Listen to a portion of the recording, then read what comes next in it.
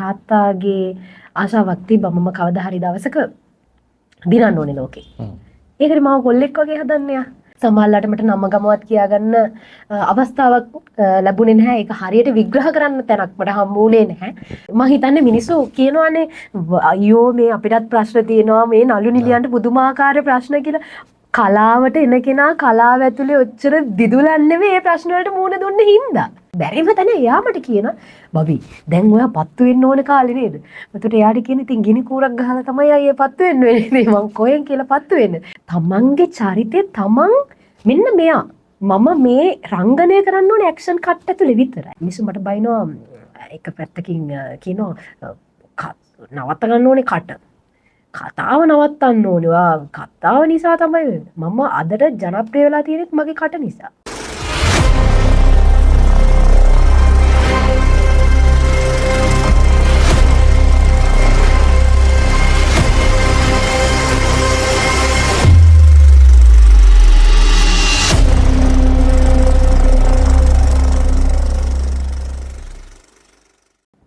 කට ඇති පුතෙක් රුව ඇති දුවෙක් දෙමව්පියන්ට වාසනාවක් කියලා කියන්නේ මේ කටයි රුවයි දෙකම තියෙන දුවෙක් 2-in-1 මොඩල් එකක්. අයිබෝන්.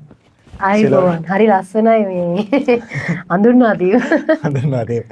අම්මයි තාත්තයි මේ පුතෙක් බලාපොරොත්තුෙන් හිටියාම හම්බ වෙන කෙනා දුවෙක් වුණාම ඒ දුව මේ වගේ මොඩල් එකක්ද?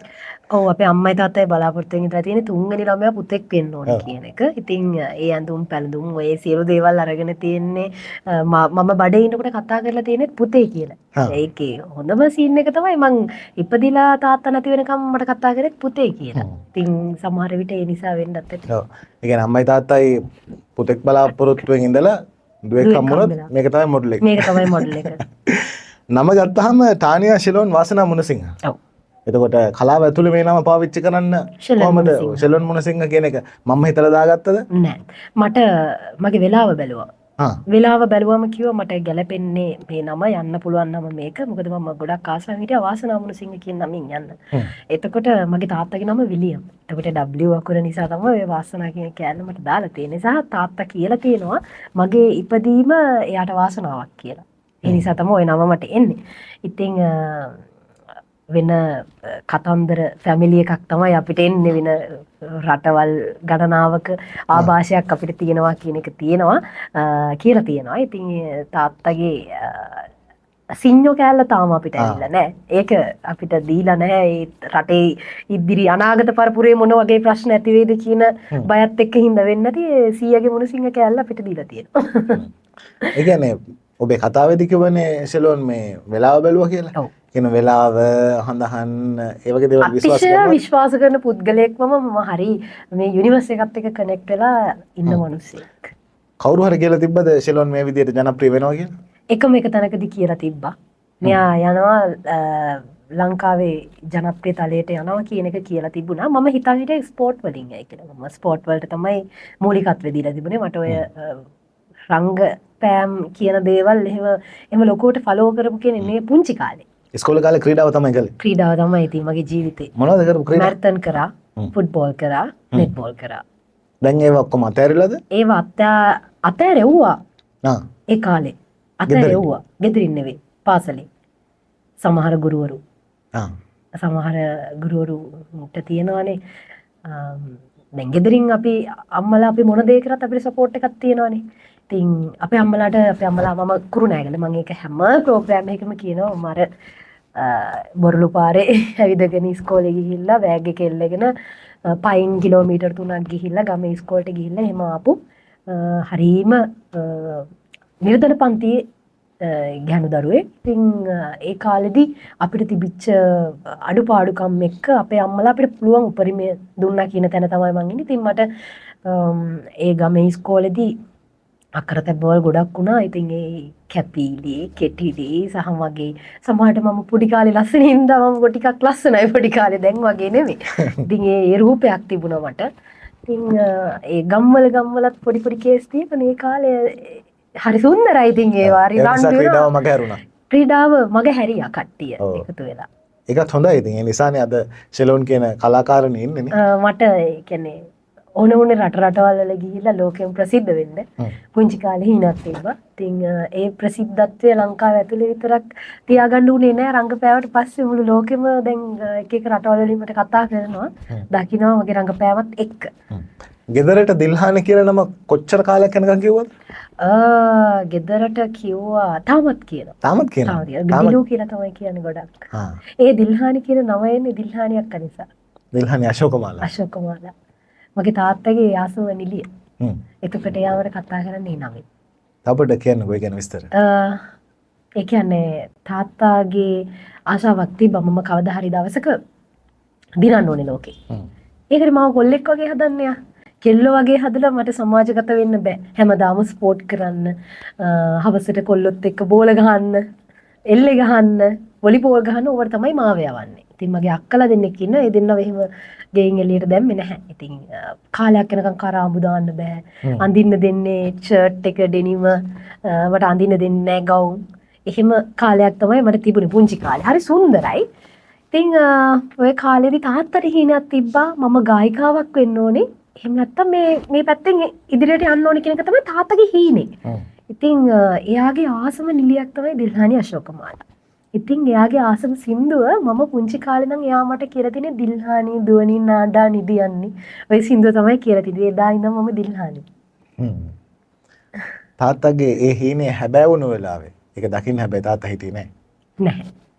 තාත්තා මට අවුරුදු මට මතකයි 6 දී මගේ අතින් අල්ලගෙන ගිහිල්ලා ස්ටේජ් එකට නගලා අජිත් මුතුකුමාරනගේ සින්දුවක් කියන්න සල්ලි දීලා මියුසිකල් ෂෝ එක බෑන්ඩ් එකකට මට කියලා සින්දුවක් කියලා එයා පල්ලෙහා ඉඳලා බලාගෙන හිටියා. ඒක තමයි මට එයාගේ මගේ තියෙන මෙමරි එක මම ඇඳලා හිටියේ. එතකොට කහ පාට අද්දිග ෂර්ට් එකයි කළු පාට කලිසම.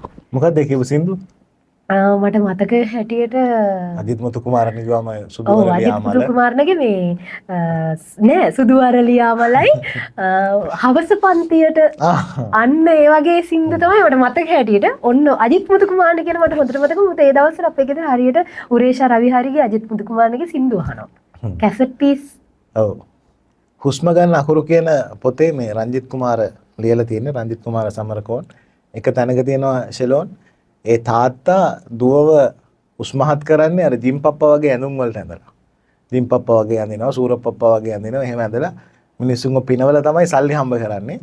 දවසක් එහෙම ඇඳුමක් ඇඳගෙන යනවා ගල්කිස්සේ වෙරළ තීරයට. එතන තියෙනවා බීච් පාටි එකක්. බීච් පාටි එකට තාත්තා යද්දී ඒ ඇඳුම ඇඳගෙන බීච් පාටි එකේ දුව ඉන්නවා. තාත්තට මොන වගේ හැඟීමක් ඇති වෙන්නේ නැතිද කියලා මට හිතුණා පොත කියවද්දිත් නිකන් අර පපුව පිච්චිලා යනවා වගේ හැඟීමක් කියවන කෙනාටත් දැනුණා. මට අහන්න තියෙන්නේ ෂෙලෝන්ගෙන් දැන් ඔබ බීච් පාටියට ගිහිල්ලා වෙන මාර්ගයක යන්නේව නෙමෙයි. ඔබ දුක් විඳින ඒවා ගෙදරයි දැකලා තියෙනවා මං හිතන්නේ. මම දුක් විඳින ඒවා මගේ වටපිටාවේ හැමෝම දැකලා තියෙනවා. මම hina වෙන්නේ මගේ දුක නිවා ගන්න වෙන්නේ නැති. හැබැයි මං හරිය කැමති මිනිස්සුත් එක්ක hina වෙලා ඉන්න. ගෙදර හැමෝම දැක්ක මට හිතුණා මගේ පරිසරය මට සුදුසු නෑ මගේ ජීවිතේ ඉස්සරහට අරන් යන්න. එතකොට මට ඕන වෙනවා මම ගෙදරින් එළියට යන්න ඕනේ. මම ඒ ලෙවල් කර ඉඳලා බෑ.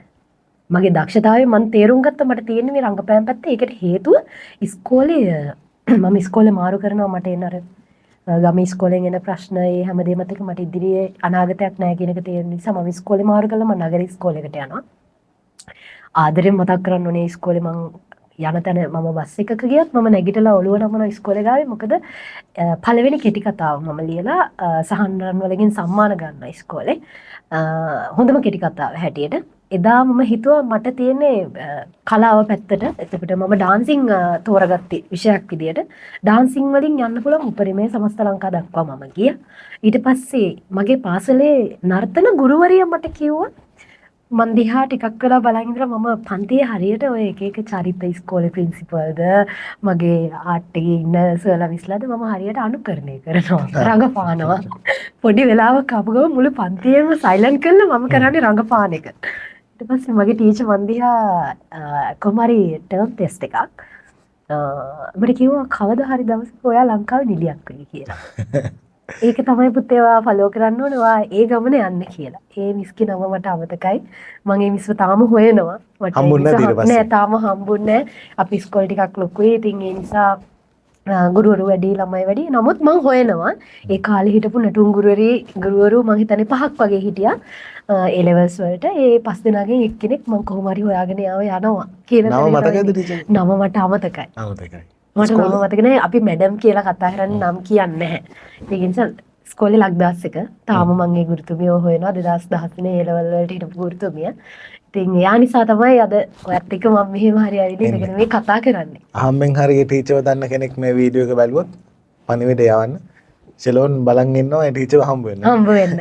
මං ඉස්සෙල්ලා කියන් ආවේ ෂෙලෝන් අර නොමග ගිය දුවෙක් වෙන තාත්තා ඒ ඇස් වලින් දකින්නේ. හැබැයි ෂෙලෝන් දුක් විඳිනවා. ඒ කියන්නේ සමහරලාට කොළ බෙදෙනවනේ, ලීෆ්ලට් බෙදෙනවා. ලීෆ්ලට් බෙදුවා. ඔයා හරියටම හරි මං ආසයි වා මගේ ගැන ඇත්තටම මට කියන්න තියෙන ටික ඔයා හොයාගෙන ඇවිල්ලා කතා කරද්දී පළවෙනි කෙනා මගෙන් ඒ වගේ දේවල් අහන මං හරි කැමති. සමහරලාට මට නම ගමවත් කියාගන්න අවස්ථාවක් ලැබුණේ නැහැ. ඒක හරියට විග්‍රහ කරන්න තැනක් මට හම්බුනේ නැහැ. මුලින්ම කියන්න ඕනේ අර ඒ දුක් විඳින්න ප්‍රධාන හේතුව සමහරට නම ගමම වෙන්නත් පුළුවන්. අපිට දේවල් අහිමි වෙන්න නම ගම වෙන්නත් පුළුවන්.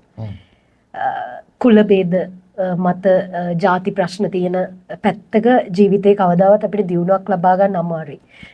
ඒ වගේ තැනක ඉඳලා අපි හැමදාම වෙන්නේ අපේ වටපිටාව අපිව දකින්න කැමති ළමෙක් දෙන්නෙක් හදාගෙන මොන හරි දෙයක් කාලා බීලා ජීවත් වෙන එක තමයි ඒගොල්ලන්ගේ ලොකුම සතුට කියන එක තමයි ඒගොල්ලෝ හිතාගෙන ඉන්නේ. මේගොල්ලෝ මේ තැනකට යන්න ඕනේ නැහැ. මේගොල්ලෝ මේ විදිහට ඉන්න ඕනේ. කියන තැන මම කඩුල පැන්නා. ඒ පැන්නේ 10 දුක් විඳලා. ඒ කියන්නේ මම හිතුවා කොළඹ කියන්නේ අමුතුම පරිසරයක්. මට මේකට ඇවිල්ලා මූණ දෙන්න සිද්ධ වෙනවාමයි. මේ එන ගැටලු ඒ දේවල් වලට මම මූණ දෙනවා නම් මගේ ගෑනුකම පොඩ්ඩක් පැත්තකින් තියන්න වෙනවා මට. මම කාන්තාවක් විදියට ළමෙක් විදියට ගෑනු ළමෙක් විදියට මට එන්න අමාරුයි. කොළඹට. ඒකට මම අර පිරිමි බාගේ මගේ එළියට අරගෙන පිරිමියෙක් වගේ සමහරලාට අපි එතන ජීවිතේ සමහර කාලවල දේවල් හදාගන්නකොට රංගපාන සිද්ධ වෙනවා. ඉතින් ඒ රංගපෑම මම උපරිමයටම කරා. මෙහි ඇවිල්ලා පාරේ ලිෆ්ලට් බෙදන්න උනා. ක්ලාස් එක මහේන්ද්‍රයගේ ක්ලාස් එකට තමයි මම ජොයින් වෙන්නේ. හැබැයි මම මහේන්ද්‍රයගේ ක්ලාස් එකට රුපියලක් ගෙවලා නැහැ. ඒකට හේතුව මහේන්ද්‍රය කෙනෙක්ගේ දියුණුව දැක්කට පස්සේ පළවෙනි දවසේ මෙයා කියලා නෑ බබි. ලොකුවක් ඔයා සල්ලි ගෙවන්න ඕනේ නෑ. ඔයා මේ අවුරුදු 4ද 5ද ආවිල්ලා ඉගෙන ගන්න. නමුත් අපි බස් වල යන්න ඕනේ, කන්න බොන්න ඕනේ, අපි කුලිය ගෙවා ගන්න ඕනේ. මේ දේවල් වලට අපි ආදායම හොයා ගන්න ඕනේ. මට එහෙම සුන්දර මල් අතුරපු ලස්සන පාරක් එහෙම කුරුණෑගල ඉඳන් එන මග ඉඳලා තිබුණේම නැහැ. බස් වලට වල නිදාගෙන තියෙනවා. දුක් විඳලා තියෙනවා. අම්බානක ලයිට් එක පත් වෙන තැනක තමයි ඉන්නේ. සෙනඟ ගොඩක් ඉන්න තැනක පොඩි බයක් හිතේ තියෙනවා. හැබැයි බය හංගගෙන ඉනවා. එහෙම බැරුණොත් එහෙම යනවා නිදාගන්න මම ස්ටේෂන් එකට. ඔහොම කාලයක් තමයි ගෑල්ලමෙක් විදිහට මම හිතන්නේ මගේ තාත්තට පින් සිද්ධ වෙන්න මාවර ගැහණුකමට වැඩිය පිරිමිකම මට දීලා හදපු එක ගැන මම සමහරට යා නැති වෙන නිසා වෙන්නත් ඇති. මාව ඒ විදිහට හදන්න නැති මේ ස්වභාව ධර්මයේ මේ මට මේ දේවල් ඒ දේවල් ලබා දුන්නේ. ඉතින් එහෙම ඇවිල්ලා හරි කටුක ජීවිතයක් තිබ්බේ කොළඹ. ඇඬු කඳලින්මයි ජීවත් වෙන්නේ. සමහරවිට ඒ කියන්නේ කොට්ටේ මමයි විතරයි දන්නේ. ඉතින් මම විඳපු දුක් සමහර වෙලාවට කන්න නෑ. ඉතින් වතුර බීලා නිදාගෙන තියෙනවා. මම හිතන්නේ මිනිස්සු කියනවානේ අයියෝ මේ අපිටත් ප්‍රශ්න තියෙනවා මේ නළු නිලියන්ට පුදුමාකාර ප්‍රශ්න කියලා. කලාවට එන කෙනා කලාව ඇතුලේ ඔච්චර දිදුලන්නේ නෙවෙයි මේ ප්‍රශ්න වලට මුහුණ දුන්නේ හින්දා. ඔයාලා වගේ සාමාන්‍ය මිනිස්සු නිසාම තමයි එතනින් ගැලවිලා ජීවිතේ මේ කලාවත් එක්ක ජීවත් වෙන්න ඕනේ කියලා හිතලා එන මිනිස්සයාට ඒ ගැට් එක තියෙනවා. කට්ට කාගෙන මේක ඇතුලේ කොහොම හරි ටෙම්පරාදු වෙන්න. මම මේක ඇතුලේ අවුරුදු 16ක් ටෙම්පරාදු වුණා. මේ කලාව ඇතුලේ. ඒ ටෙම්පරාදුවත් එක්ක ගමෙන් පිටවීම තමයි මම හිතන්නේ මම ජීවිතේ කරපු මගේ ජීවිතේ ලැබපු පළවෙනි ලොකුම ජයග්‍රහණය. ගමෙන් පිටවීම සහ ඒ ලෙවල් නොකර සිටීම. මං කියන්නේ බලාගෙන ඉන්න අයට ඉගෙන ගන්න එපා කියලා. ඉගෙන ගන්න තමන්ගේ ටැලන්ට් එක තියෙන දේ. බොරුවට මේ බෙල්ල පාත් වෙනකම් පොත් බෑග් එකක් උස්සගෙන දුවලා වැඩක් නැහැ. තමන් ටැලන්ට් එක අඳුරගෙන ඒකට යොමු කරන්න පුළුවන් නම් ඒ මාර්ගේ ඒ ළමයාගේ ගමන නවත්තන්න අර කියන්නේ සක්කරයටවත් බෑ කියලා. හරි. ෂෙලෝන්ගේ කතාව කිව්වනේ මේ මහේන්ද්‍රගේ නම මහේන්ද්‍ර පෙරේරා එක්ක අපිත් වැඩසටහනක් කරා. ඒත් එක්කම මට කියන්න උමනාව තිබ්බේ අපි පහුගිය දවස්වල ස්ක්‍රීන් ටෙස්ට් එකට ගියා. ඒ කියන්නේ අපි රංගපාන නිලගෙන නෙමෙයි කරන්න බෑනේ. අපි වැඩ වගේක් කරන්න ගියා. එතනට ආපු බොහෝ පිරිස් මහේන්ද්‍ර අයියාගේ ක්ලාස් එකේ අය. මහේන්ද්‍ර අයියාගේ ක්ලාස් එකේ කියන් එන කෙනාගේ මොකක් කර විශේෂත්වයක් අපිට පෙවුනා. අර අනිත් අයගෙන් එළියට අරන් මේ මහේන්ද්‍ර අයියාගෙන් ඉගෙන ගත්ත දේවල්. ඒ කාලේ ජීවිතේ එයා කෙලින්ම ඉස්සෙල්ලම උගන්වන්නේ ජීවිතේ. සහ මේ පොළවේ පය ගහලා කොහොමද කලාකරුවෙක් වුණාම එයා ඇමරිකේ බබි නම්බර් 1 ඉවසීම. ඉවසීම තියෙන්න ඕනේ මේක ඇතුලේ ඇක්ටිං වලදී අපිට තියෙන්න ඕනේ ඩිසිප්ලින්. තමන්ගේ පර්සනල් ලයිෆ් එකේ නැති දේවල් රංගනයට ආපුහම ඒ දේවල් තියෙන්න ඕනේ. අනිත් එක තමයි බත් එකක් එලාගෙන පාරේ යාචකයෙක් එක්ක හරි ඉඳගෙන කන්න පුළුවන් හැකියාව තියෙනවා. ඒක තමයි කලාකරුවා කියලා කියන්නේ. එයා ඉස්සලම අපිට ඉගෙනුවේ ජීවිතේ. එතනින් පස්සේ තමයි ඇක්ටිං කියන ප්‍රැක්ටිකල් එක ඉගෙනුවේ. ওই තියරි එකට වැඩි. ඉතින් ජීවිතේ ඉගෙනගෙන අර ප්‍රැක්ටිකල් එකත් එක්ක ඉන්නකොට නිදහස් වෙනකොට මහේන්ද්‍ර අයියා කියන අර ජේෂ්ඨ රංගන ශිල්පියා, ප්‍රවීණ රංගන ශිල්පියා අපිට නිකන් මේ සහෝදරයෙක් වගේ. එයා කොයි වෙලාවකත් මමත්වය පෙන්නගෙන එහෙම ඉන්න ගුරුවරයෙක් තාත්තා කෙනෙක් නෙමෙයි. මම කකුල් දෙක අල්ලලා අදටත් වඳිනවා. මහින්ද්‍රය කැමති නෑනේ වඳිනවට. මම වඳින්නේ මගේ තාත්තා කියන දේ හිතේ තියාගෙන මොකද මට ජීවිතේ යාගෙන් මම දැක්ක එයා කියපු දේවල් මම හරියට පිළිපැදගෙන නෙමෙයි. ඔව්. හැබැයි එයා මේ ක්ලාස් එකේ ඉන්නාට චෝදනාවකුත් කරා. ඉගෙන ගන්න කොල්ලන්ට කෙල්ලන්ට උන් වැඩවලට යනවා දක්ෂතාවය නිසා ඊට පස්සේ අර අභ්‍යාස කියන එක අමතක වෙලා ඊට පස්සේ අනුන් හොයනවා. අදටත් අභ්‍යාස කරනවා. අදටත් බ්‍රීතිං එක්සර්සයිස් කරාද බබි? ඔගොල්ලෝ කරාද? මේ බ්‍රීතිං එක්සර්සයිස් නැතුව ඩයලොග් කියන්න බෑ. ඒ හින්දා ඕගොල්ලෝ අනිවාර්යයෙන්ම උදේට ඊට පස්සේ කියනවා අත් දෙක මේම දිගෑරලා ඒක එක ඒවා තියෙනවා. යා ෆෝන් කෝල් කරලා කියනවා. අපිට මම දැන් සති දෙකකට කලින් යාව හම්බෙන්න ගියා. මට එක්තරා චිත්‍රපටයකට ආරාධනා ලැබිලා මට ඒකට හොඳම කෙනා මහේන්ද්‍රයනේ. මොකද ඒක ඉන්ටර්නැෂනල් ලෙවල් එකේ වැඩක්. එතකොට මම කෙලින්ම දුවගෙන ගියාව හම්බෙන්න. ඒ මට මේකට හරි බයක් දැනෙනවා. මම මොකද්ද කරන්නේ? මොකද්ද මම කරන්න ඕනේ අභ්‍යාස කියලා. එතකොට ඒ අය නැවතත් අපිට ඒ දේවල් කියලා දෙනවා. ක්ලාස් එක ඉවර වෙනකම් උදේ ඉඳන් අපි ක්ලාස් එකේ දෙන අභ්‍යාස ටික බලාගෙන හොඳම දේ මහේන්ද්‍රය උගන්වනකොට හරි ඇඟට එනවා නළුකම. මහේන්ද්‍රය කියන්නේ උඹලට උගන්වන්න පුළුවන් නළුකම දෙන්න බෑනේ. ඒක උඹලා තුලින් එන්න ඕන දෙයක්. ඉතින් ඒ මහේන්ද්‍ර අයියා දිහා බලාගෙන හිටියන් නළුකම එනවා. හරි. අපි අර ජාත්‍යන්තර වැඩේ ගැන කතා කරමු. මට අමතක වුණොත් බලෙන් පැනලා හරි කියන්නේ ඒක. අනිවාර්යයෙන්. තප්පරයක් දෙන්න ෆෝචූන් ප්‍රෙසිඩන්සි ඊට පස්සේ ලලයි ලිලයිලයි ඊට අමතරව ටෙලිනාට්‍ය 40ක විතර රංගන දායකලා තියෙනවා. මේ අවුරුදු 16 ඇතුලේ හරි පුංචි වැඩ කරලා තමයි මම ඔය තලයට එන්නේ. මම හැමදාම කල්පනා කරා ඒ දෙයි හාමුදුරනේ මෙච්චර මේ මහේන්ද්‍රය මම ක්ලාස් එකට ආපු දෙවෙනි දවසේ කිව්වා බබි ඔයා මෙන්න මෙහෙම ගමනක් යන්නේ කියලා. මං ඉතින් බලන් ඉන්නවා මම මෙහෙම ගමනක් කවදද හැබැයි අර එයා කිව්වනේ ඉවසීම නම්බර් 1 කියලා. ඉවසගෙන හිටියා මම අත්තාරින්න එපා අල්ලගෙන ඉන්න. බැරිම තැන එයා මට කියනවා බබි දැන් ඔයා පත්තු වෙන්න ඕන කාලේ නේද? මට එයාට කියන ඉතින් ගිනි කූරක් ගහලා තමයි අයියේ පත්තු වෙන්න වෙන්නේ. මං කොහෙන් කියලා පත්තු වෙන්න. ඉතින් ඔහොම යනකොට මම රංගනේ අත්තාරිනවා. එක තැනකදී මම ටැටූස් ගහනවා. මම වෙන පැත්තකට යනවා කියන තැනකදී මම හිටියා. මොකද සීමාව පැන්නා මගේ. ඒ කියන්නේ දක්ෂතාවය සහ වයස මගේ නිකන් ගෙවිලා යනවා. මට අපරාධ නේද මේක කියලා හිතුණා. නමුත් මම හිතුවා ඒ කියන්නේ ඒ නවත්තලා මම එක තැනකදී ආයෙ ස්ටාර්ට් කරා අවුරුද්දක් බ්‍රේක් එකක් අරගෙන. අන්න එතනදී තමයි මම පත් උනේ. අන්න එතනදී මට ආරාධනාවක් එනවා කමර්ෂල් එකකට. කමර්ෂල් එක කිව්වට කමක් නැහැ. පොතුමි කමර්ෂල් එකේ. ඉතින් ඩිලන් මම 2012 ඉඳන් කමර්ෂල් කරන කෙනෙක්. රංග SBI ලත් එක්ක. ඉතින් ඒ කාලේ තමයි පටන් ගම්ම. හෑන්ඩ් මොඩල් තමයි මගේ ස්ටාර්ට් එක. ඉතින් ඔහොම ඒ කරපු කෙනෙක් කනාම ඩිලන් අයියාම මට කතා කරලා කිව්වා මේ අපේ කොතුමි ඇඩ් එකක් තියෙනවා. ඔයාට එන්න පුළුවන්ද කියලා. එතකොට මම ටිකක් කෙට්ටුවට හිටියා. ඊට පස්සේ ඒ ඇඩ් එකට කතා කරේ මම කාස්ටිං කරපු ප්‍රොඩක්ෂන් හවුස් එක තමයි මේ වැඩේ කරන්නේ. එතකොට මට තව ප්ලස් පොයින්ට් එකක් තිබුණා. මාව ගත්තා. මේන් මොඩල්ස් වලට ගත්තා. එතකොට ඒක කරාට පස්සේ අන්න එතන තමයි ආරම්භ කරේ. මට සුපුන් අයියාගෙන් එන ආරාධනාවක්.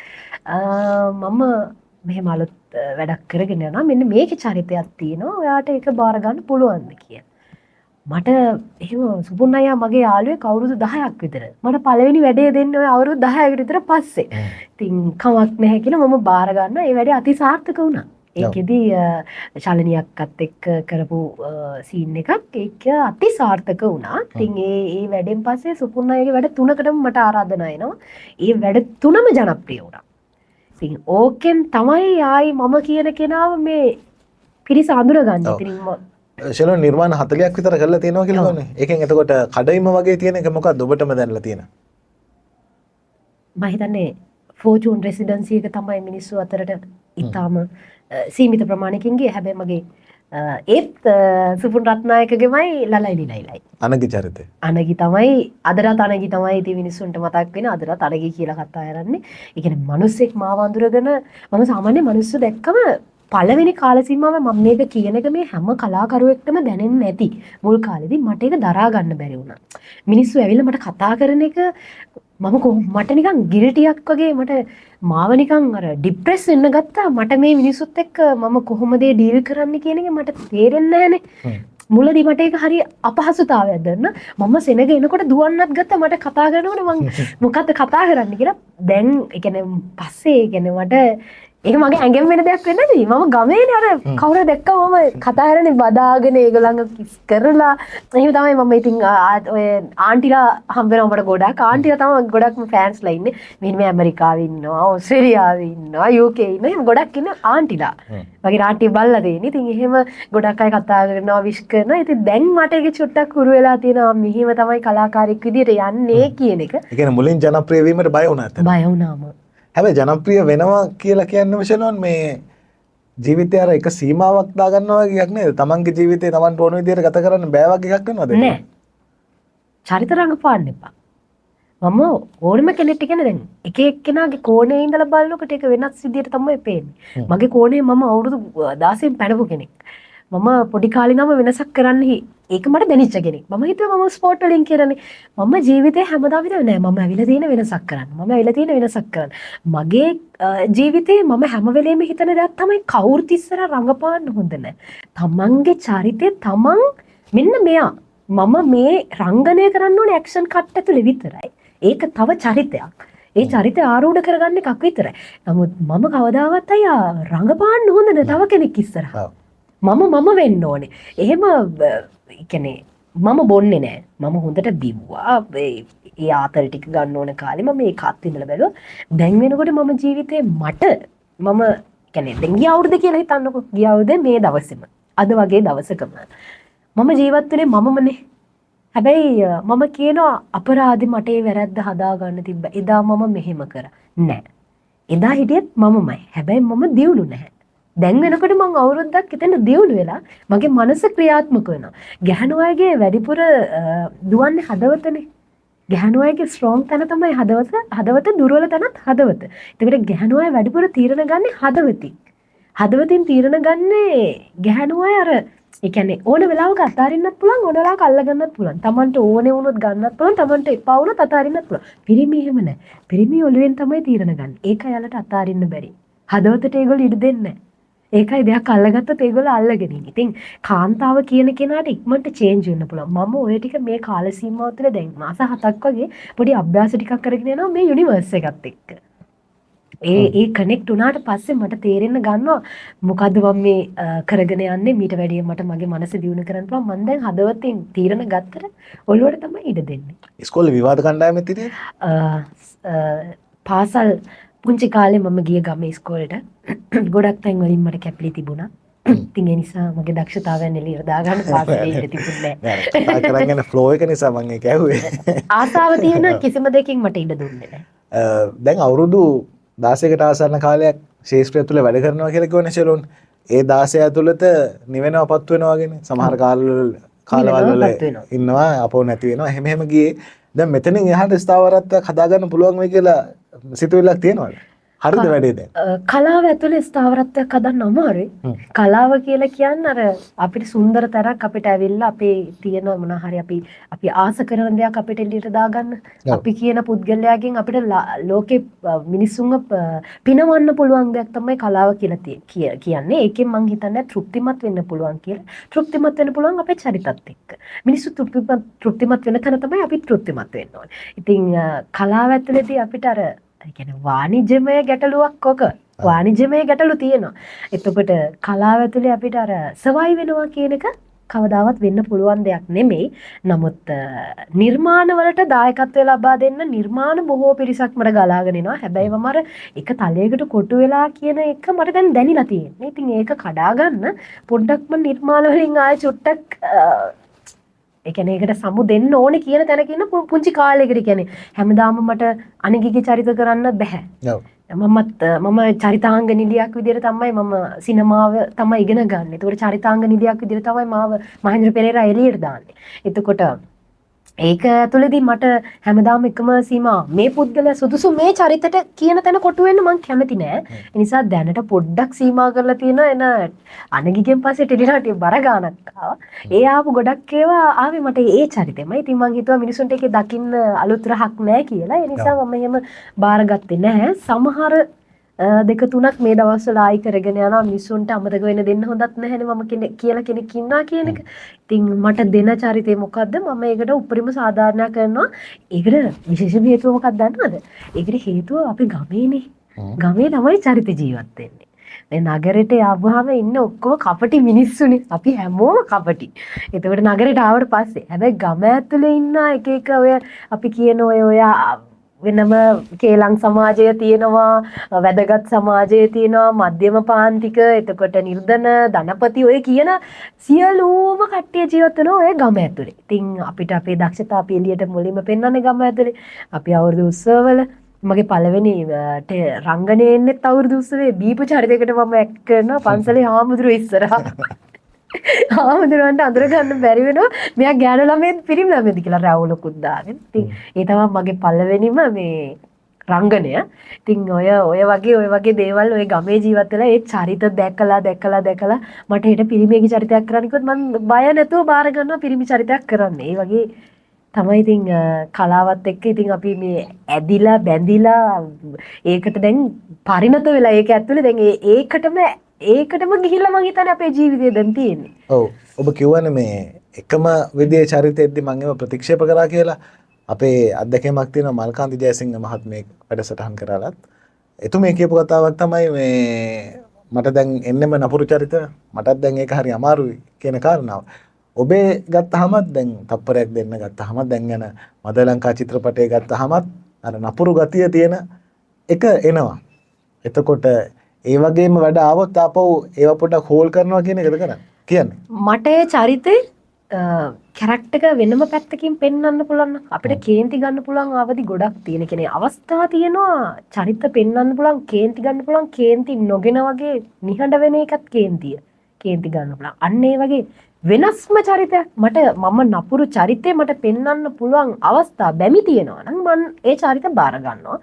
එතනින් එහාට මම හිතන්නේ අර වගේ කෝ ගහලා කෝලහල කරන විදිහේ චරිතයක් මම ආයි බාරගනි කියලා ඒක හරි. ඒ කියන්නේ ඒක මම හිතන්නේ අර අනිත් චරිත වලට කරන හානියක්. ඒ හානිය මම මගේ ජීවිතේටත් කරගන්න හානියක්.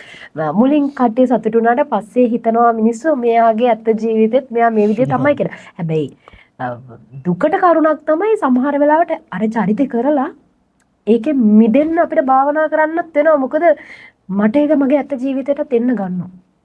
ඒක අනිවාර්යයෙන්ම බලපානවා. මට ඒක බලපෑවා. මම අරකේ ජීවත් වෙලා මට චරිත දුන්නා මං හරි ආසයි ඒක ජීවත් වෙන්න.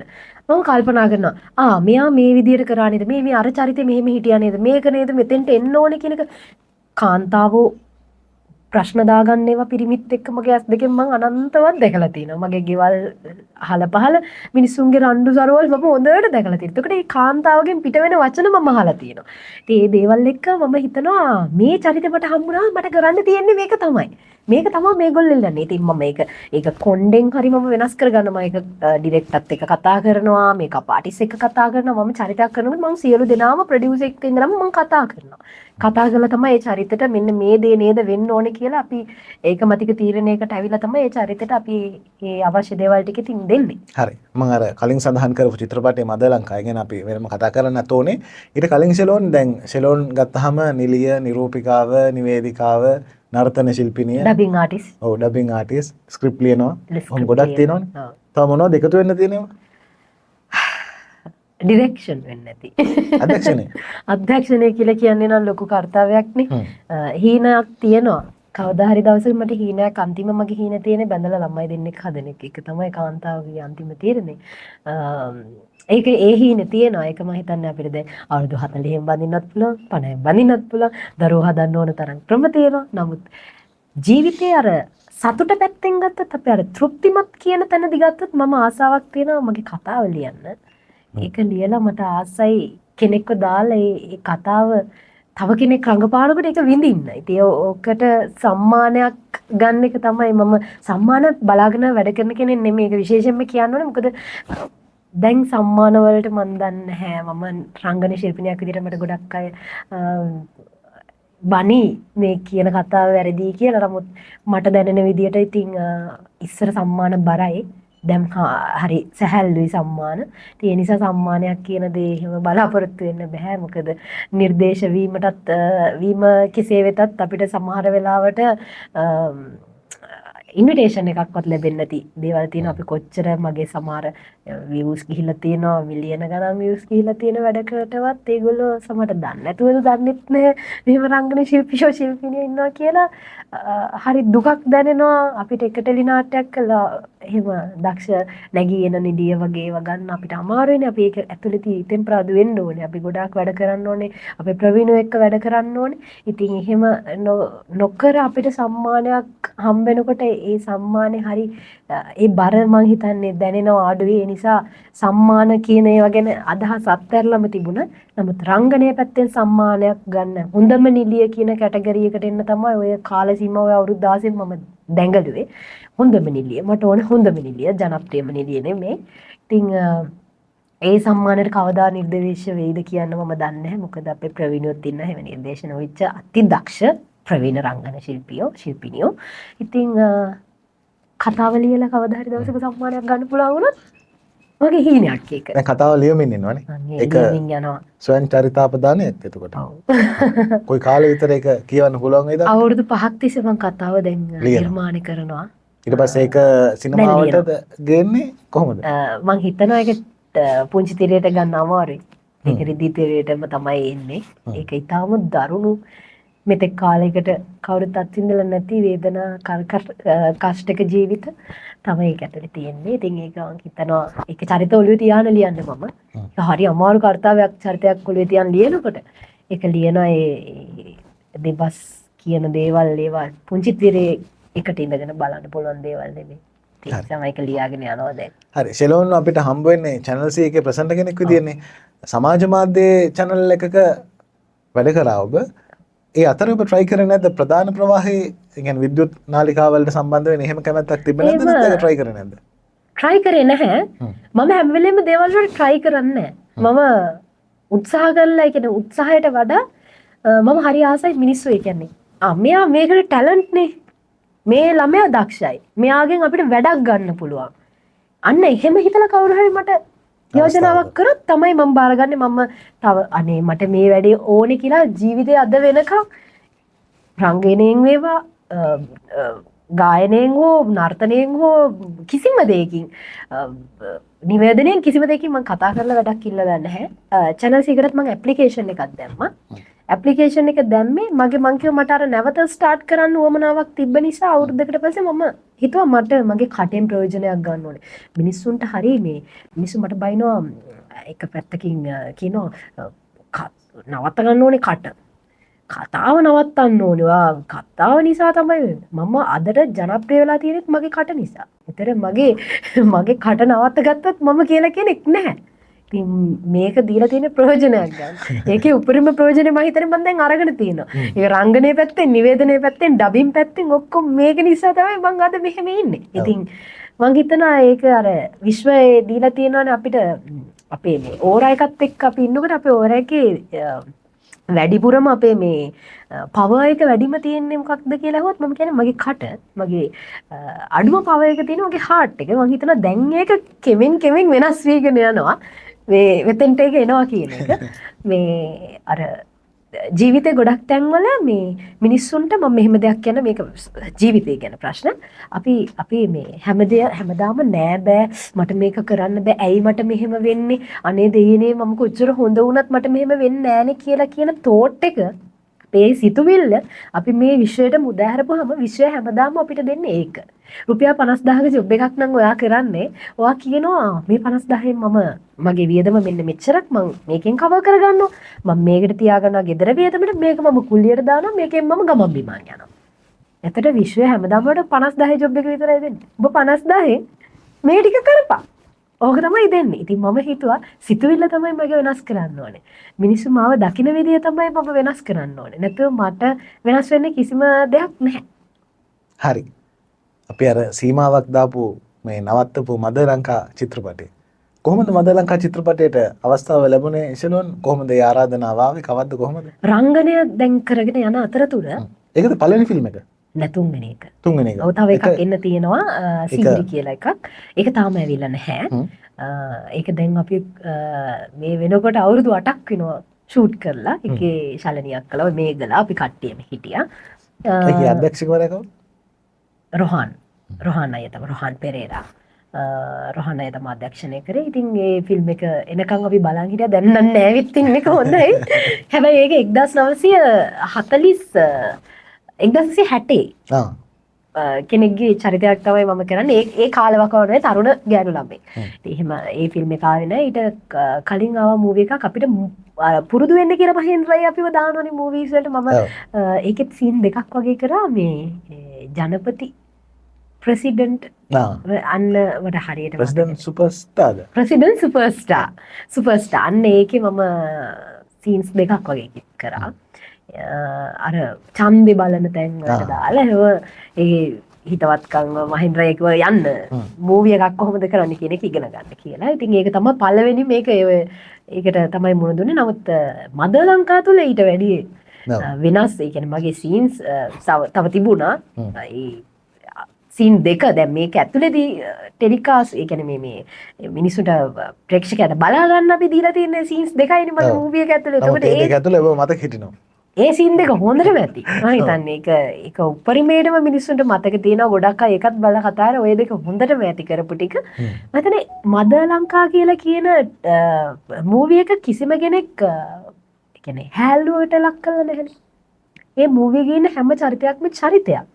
ක්‍රිෂාන්ති අක්කගේ ගලායේ මේ ලියවිල්ලේ මම දන්නේ එයාට ඒ රසය මම පැත්තකට අඬ ගහලා ඇහුවා අක්කේ කොහොමද මේ තරම් ඔයාට මෙච්චර දැනෙන්න මිනිස්සුන්ගේ හදවත් රිද්දන්න පුළුවන් විදියට ලියන්න ඔයාට කොහොමද ඔක ආවේ? පස්සේ තමයි මම දන්නේ මේ ක්‍රිෂාන්ති අක්කා කියලා කියන්නේ මේ සයිකියාට්‍රිස්ට් කෙනෙක් කියලා. හොඳම ප්‍රශ්න ටික තියෙන්නේ එයා ළඟ. හොඳම වදන් ටික තියෙන්නේත් එයා ළඟ. ඉතින් එතනදී මම හිතුවා ක්‍රිෂාන්ති අක්කා මාර මිනිස්සෙක්.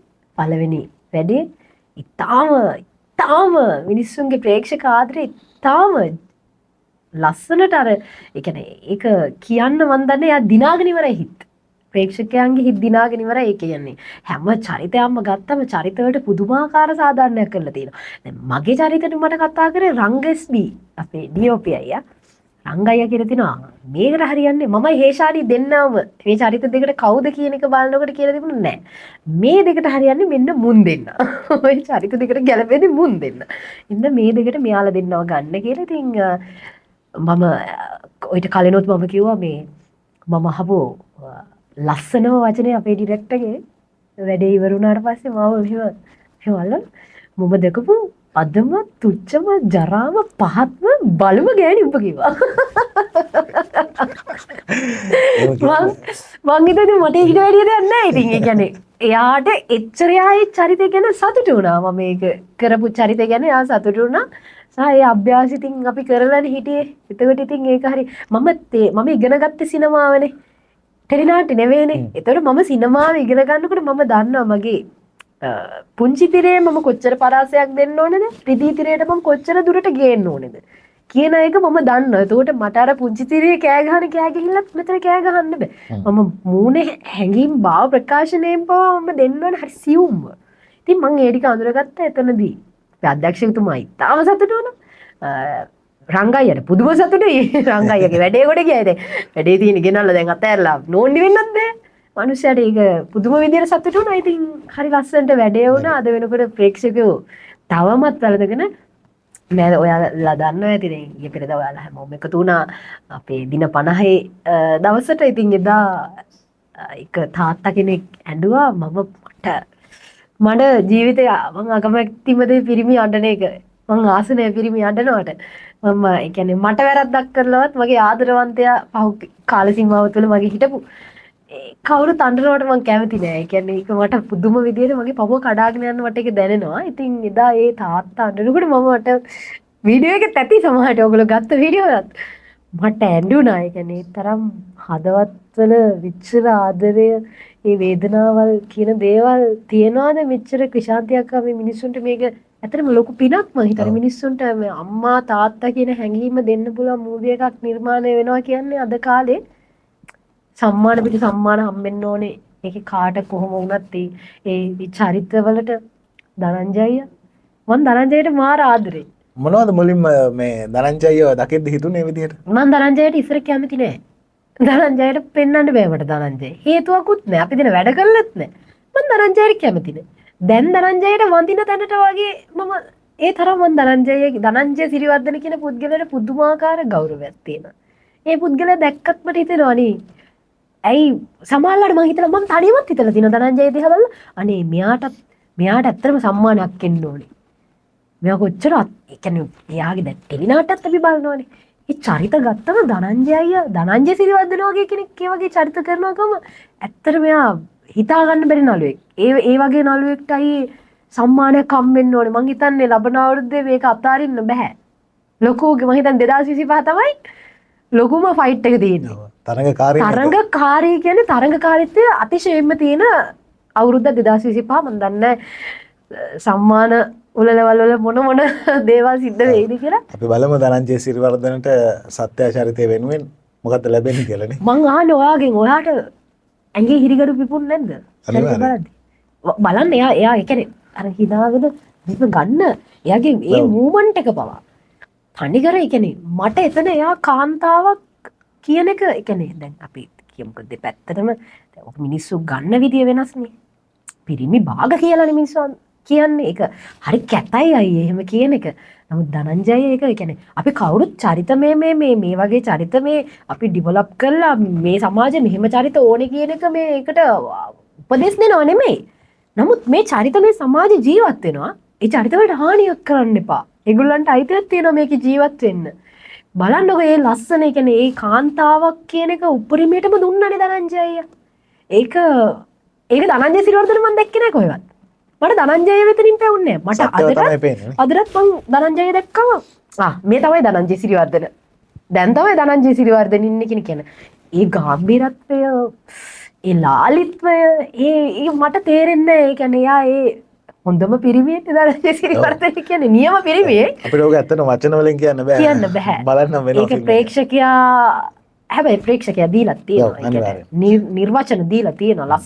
ලස්සනට ඒගොල්ලන් ආමන්ත්‍රණය කරලා තියෙනවා සත්‍යව. මිනිස්සුන්ට වැළඳ ගන්නවා නම් ඔන්න බලනවා නම් ෆිල්ම් එක ගිහින් බලන්න. ඉතින් සත්‍ය විතර නෙමෙයි. කවුරුත් සාධාරණයිනේ. තමන්ගේ පවුලනේ කවුරුත් රැක ගන්න බලන්න. ඉතින් එතනදී කාටවත් දෝෂාරෝපණය කරන්න බෑ. දැන් ෆිල්ම් එකේදී ශාලුට වෙට්ටුවක් දාලා වට්ටන්නේ මෙයා තමයි. කකුලට වෙට්ටුවක් දාලා. එතනින් එහාට මම කියන්නේ නැහැ. මට අහන්න ඕනේ මේ වෙට්ටු දාලා තියෙනවද නැත්නම් වෙන නෑ ඔබ වෙට්ටු දාලා තියෙනවද අනිත් අයට? මට වෙට්ටු දාන බව දැනගෙන වෙට්ටු වලට පඩිපෙළ හදාන බහින කෙනෙක් මම. මේ වෙට්ටුව දැක පඩිපෙළුත් බදිනවා. එහෙම කෙනෙක් මම. එහෙම වැටිලා නැගිට හැබැයි. ජීවිතේ අභියෝග නිමාව මෙතෙන්ට ගෙනවා. ඉතින් අභියෝග තමයි හැමදාම එන්නේ. ඒ කියන්නේ ජීවිතේ ගලාගෙන යන්න දෙන්න ඕන අර ගංගාවක් වගේ. ඒත් රැලි නැගෙනවත් අපි මහමුහුද කියලා ඒක ඇවිල්ලා මේ වෙරළේ වදිනවා ඊට පස්සේ ආය යනවා ගලාගෙන යනවා රිදෙනවා ජීවිතය කියන්නේ එහෙම දෙයක්. ඉතින් වෙට්ටු නෙවෙයි ඉස්සරහට ජාතක කතා පොත් වගේ කියයි කතන්දර ගොඩක් කියයි. ඒ දේවල් වලට මුහුණ දෙන්න හයිය ඒ කියන්නේ ඒ කාලේ නම් හදාගෙන තමයි ආවේ. රංගන ශිල්පියෙක් කියලා කියන්නෙම කතන්දර ගොඩක්. ඒවට මුහුණ දෙන්න වෙනවා. සාමාන්‍ය ජීවිතයක් නෙමෙයි. නමුත් තමා ලෙස ජීවත් වෙන්න මට ආදරය කරන්න ඕන නම් මම ආදරය කරන්න ඕනේ. මට එළිය ගිහිල්ලා මට ලස්සනට දැන් මම ප්‍රෝග්‍රෑම් එකට එනකොට එන විදිය නෙමෙයිනේ මම එළියට අඳින්නේ. ඉතින් ඒ පන්සලට අඳින්න වෙන විදියට පල්ලියට යන්න වෙන විදියකට. ඉතින් ඒ හැම තැනකදීම මම තේරුම් අරන් තියෙනවා මම යා යුත්තේ කොහොමද කියන එක. ඉතින් මම වෙලා ජීවත් වෙන තරමට මට මේක ඇතුලේ ජීවත් වෙන්න ලේසි. ඔය දැන් ඔය චරිත මේන්ටේන් කරන එකක් නෙමෙයි අපේ කලාකරුවෝ. අපේ කලාකරුවන්ට මිනිස්සු හරි ආදරේනේ. මිනිසුන්ගේ නිදහස වෙනුවෙන් තමයි ටීවී රූප පෙට්ටිය ගාව ගිහිල්ලා ඉතින් ඔය ඉඳගන්නේ හවස 7 ඉඳලා ඒගොල්ලන්ගේ ස්ට්‍රෙස් එක නිවා ගන්න. එතකොට ඒ දකින්න චරිතවලට ආදරය කරන නිසා පාරකදී හරි දැක්කම පුදුමාකාර ආදරයක් වෙනවා. කොච්චර බැන්නත් සෝෂල් මීඩියා වල ළඟට දැක්කම හරි ආදරෙන් ඒ බැනපු අයත් වැළඳගෙන කතා කරනවානේ. අන්නේ ආදරය සමහර වෙලාවට අපේ අයට ඒ කියන්නේ අර හැම නිතරම ඒකත් එක්ක ගැටෙනකොට ඒක ලොකු ප්‍රශ්නයක්. ඒගොල්ලන්ගේ අර නිදහසට බාධාවක් කියන එක ඔය කියන්නේ ඒකනේ. එතකොට අර ඒ මිනිස්සුන්ටත් අර හැම නිතරම දකිද්දී අගයක් නැති වෙන හින්දා තමයි අපේ අය චුට්ටක් කන්ට්‍රෝල් වෙලා එලි පහලියට බහින එක නැති කරලා අර ඒගොල්ලන්ගේ අර ප්‍රේක්ෂකයාට දෙන්න ඕන රසය දෙන්න තමයි ඔය පැත්තකට වෙලා ඉන්නේ. නැතුව කිසිම ලොකුකමක් එහෙම දෙයක් නෙමෙයි. සමහර වෙලාවට අපිට කලාකරුවන්ට ප්‍රශ්න වැඩිනේ. ඒ ප්‍රශ්න වැඩි වුණාම ප්‍රශ්නත් එක්ක අපි එළියට යන්න ඕනේ hina වෙලා. දැන් hina වුණ නැත්තම් ඕ අර නිලියගේ හරි නළුවගේ පුදුමාකාර ලොකුකමක් නේ තිබ්බේ කියලා බයින්න පටන් ගන්නවා. සමහර වෙලාවට ගෙදර ගහගෙන මරාගෙන දන්නේ නැහැ. සාමාන්‍ය ජීවිතේ තමයි අපි හැමෝටම තියෙන්නේ. මල ගෙදරදී දැක්කත් hina වෙලා තමයි ඉන්නේ. අපිට එහෙම මේන්ටේන් කරන්න පුළුවන් වෙයි අපිට මේක ඇතුලේ ඒ මේන්ටේන් වයිබ් එක හැදෙනවා නම් ඔය කියන ඔය දැන් ඉන්දියාව වගේ රටක් ගත්තාම මේගොල්ලන්ව තනිකරම මේන්ටේන් කරන්න කම්පැනිස් තියෙනවා. අපිට එහෙම නැහැනේ. අපි මේන්ටේන් කරන්නේ ප්‍රොඩක්ෂන් එකනේ. අපිට ගෙවන ගාන අපේ මුදල තමයි අපි මේන්ටේන් කරන්නේ. ඉතින් අපිට ලැබෙන මුදල ඇත්ත වශයෙන්ම මදි. ආටිස් කෙනෙක්ට මේන්ටේන් කියන එක ගෙනියන්න. ඉතින් හරීම කලාතුරකින් තමයි එහෙමත් දේවල් ටිකක් සිද්ධ වෙන්නේ. ඉතින් ඔය පහසුකම් ටික තියෙනවා. දැන් ගොඩක් අය අහනවනේ කොහොමද නිලියෝ මෙහෙම කරන්නේ? අපිට සැලොන් එකේද, ඇඳුම් ෂොප් එකේද අපිට මේ පහසුකම් ටික තියෙනවා. ඒගොල්ලෝ අපිට ඩිස්කවුන්ට් හරි මොනවා හරි දෙනවා.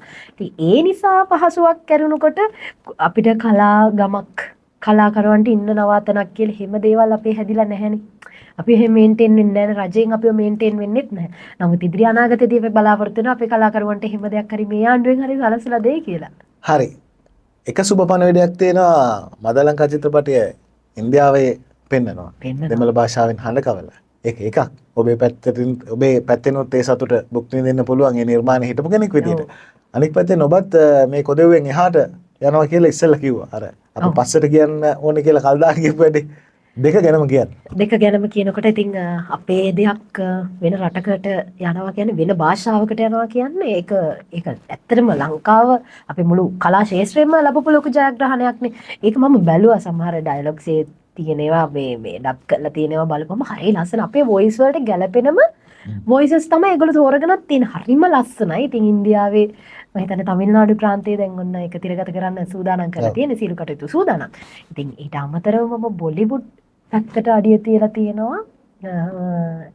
ස්ක්‍රීන් ටෙස්ට් එකකට ගියා ලංකාව ඇතුළේදී. ඉතින් මොකද්ද පෙරපිනකට ඒක මහෙන්ද්‍රයත් දන්නවා. ඉතින් මම හිතන්නේ අපි මහෙන්ද්‍රය පවා තාම ස්ක්‍රීන් ටෙස්ට් යනවානේ. කියන්නේ අපි ඒ වගේ තැනකට අනිවාර්යෙන් ෆිල්ම් එකකට නෙමෙයි ටෙලි ඩ්‍රාමා එකකට හරි කැරක්ටර්ස් තෝරද්දි ස්ක්‍රීන් ටෙස්ට් එක තියන්න ඕනේ. ඒ කියන්නේ ආටිස්ට්ලා අතර ඔඩිෂන් කරන්න ඕනේ. ඉතින් ඒ ඔඩිෂන් එකකට මම ගියා ස්ක්‍රීන් ටෙස්ට් එකක් නෙමෙයි ඔඩිෂන් එකකට ගියා. ඒ ඔඩිෂන් එකේදී ඉන්දියන් ප්‍රොඩියුසර්ස්ලා දෙන්නෙක් ඇවිල්ලා හිටියා. දැනට ලැබුණු ආරංචි මාර්ග අනුව මම සිලෙක්ට් වෙලා ඉන්නවා ඒ මූවි එකට. ඉතින් ලංකාවේ නෙමෙයි ලෝකේ ගොඩාක් ආදරය කරන ජනප්‍රියම කලාකරුවක් තමයි. ඉතින් ඒකේ ඉන්නේ සුපර්ස්ටාර් කෙනෙක්. ඉතින් එයත් එක්ක ඇක්ට් කරන්න හම්බ වෙනවා කියන එක ලොකු භාග්යක්. මම හිතන්නේ එක ෆ්‍රේම් එකක් තිබ්බත් මට ඇති කියන තැන තමයි මම ඉන්නේ. ඒක ගැන ඒකට දැන් මේ දවස්වල මම පොඩ්ඩක් පෙර පුහුණුවක් ලබන ගමන් ඉන්නේ. ඉතින් නුදුරු ලබන අවුරුදු වෙනකොට රෝගත කිරීම පටන් ගන්නවා ලංකාව ඇතුලේ. ලංකාවට තමයි ගන්නේ. ලංකාවේ තමයි ප්‍රොඩක්ෂන් එක යන්නේ. ඉතින් මේන් කැරක්ටර්ස් ඔක්කොම ඔක්කොම දේවල් ටික වෙනවා. මෙහි ඇතුලේදී සාමාන්‍ය අපේ කැරක්ටර්ස් ටික තෝරගෙන තියෙනවා. ඒකේ රඟපාන්න සමහරට මගේ ස්කින් එක එහෙම බලපාන්න නැති ඒකට තාමේ මගේ බොඩි ලැන්ග්වේජ් එක ඔය කියන්නේ ඒගොල්ලෝ ගොඩක් කැමතිනේ අපි හරි පුංචි කෙට්ටු වෙලා ඉන්න කාන්තාවන්ට තමයි ගොඩක් ඒගොල්ලෝ කැමති. ඔය ගොඩක් ඇඟපත ලොකු අයට කැමති නෑනේ ඉන්දියාව වගේ රටක. ඉන්දියාවේ තමයි වැඩේ. ඉතින් ඒ වැඩේ ලස්සනට වෙයි. ජනවාරි හෝ මාර්තු වෙනකොට රූගත කිරීම පටන් ගන්නවා. ඔව්. අධ්‍යක්ෂකවරයා ගැන කියන්න පුළුවන්ද? නැත්නම් සීමාවන් තියෙනවද ඒවට? සීමාවන් තියෙනවා. හරි. ඒක ජනවාරි වෙනකොට කොහොමත් මේක ඇතුලේ ප්‍රචලිත වෙයි. ඒක ඇතුලේ මම ඉන්නවා. කොහොමද ගුරුතුමත් මං හිතන්නේ ඉන්දියාවේ නිර්මාණයකට සම්බන්ධ වෙලා තියෙන්නේ මේ මහින්ද අයියා. ගුරුතුමාන් ඉන්දියාවේ නිර්මාණ 3කට දැන් සම්බන්ධ වෙලා තියෙනවා. තව ලොකු වැඩකට එයා සම්බන්ධ වෙලා තියෙනවා. ඒකත් දැනගන්න ලැබෙයි. එයාගේ අවසරයක් නැතුව මට අර කියන්න බැරි නිසා හැබැයි එයා හරි සතුටෙන් ඒක මාත් එක්ක කිව්වා. මට ඉතින් මං වදාගෙන අනේ අයියේ මට මාර සතුටුයි. ඉතින් ඔයාට මේ කාලේ හරිය මේක ලැබෙන එක ගැන ඇත්තටම ආඩම්බර වෙන්න ඕනි කියලා ඉතින් කිව්වා. ඒක ආඩම්බරයි. දී හැමදෙරනේ මං අර ශිල්ප ශාස්ත්‍රය ඉගෙන ගත්ත ගුරුවරයා. ඉතින් ඒ වගේ දෙයක් කරනකොට කියන්නේ ඉතාලම ඒ කියන්නේ දක්ෂ ජනප්‍රිය අධ්‍යක්ෂකවරයෙක් යටතේ තමයි ඔය වැඩේ කරන්න යන්නේ යා. ඔව් ඔව් ඔව්. ඒක මම හිතන්නේ ඔයා දැනුවත්.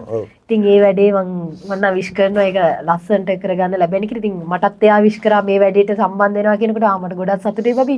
මම මෙන්න මේ ටික කරන්න, මේ අභ්‍යාස කරන්න, මෙහෙම කන්න බොන්න, මේ දේවල් කරන්න, විතර භාවනා කරන්න ඔය දේවල් ටික එයා කිව්වා. ඉතින් මේ දවස්වල මම හොඳට මගේ ඉංග්‍රීසි ටික හදාගෙන යනවා. ඊට අමතරව මට කරන්න තියෙන චරිතේ දේවල් ටිකක් ඉගෙන ගන්න තියෙනවා. ඒක මම නොදන්නම පැතිකඩක්. නොදන්නම පැතිකඩක් මට කරන්න තියෙන්නේ. ඉතින් ඒ නිසා ඒකට මට ඉගෙන ගන්න තියෙන ඒක යන්න බෑ. ඒතරට දවල් වරුවක තමයි යන්න වෙන්නේ. රැයට එතන හරි බුක්. බුක් වෙලා. හරි. මම හිතන්නේ එතනින් එහාට මොකොත් කියන්නත් ඕනේ නැහැ කියලා. මොකද අර හොඳම එක කිව්වට පස්සේ තව පොඩ්ඩක් එකතු කරන්න ඕනේ නැහැ. ඒ නිසා අපි මට මං හිතන්නේ මේ මූවි එකෙන් පස්සෙත් අපිට කතා කරන්න. ඔව් ඒක තමයි මම කියන්නත් ඇත්තේ. ඒක කරාට පස්සේ ඒකේ අත්දැකීම් එක්ක අපි ආපහු කතා කරමු. බොහොම සතුටුයි ෂෙලොන් නංගි හම්බ වෙමු.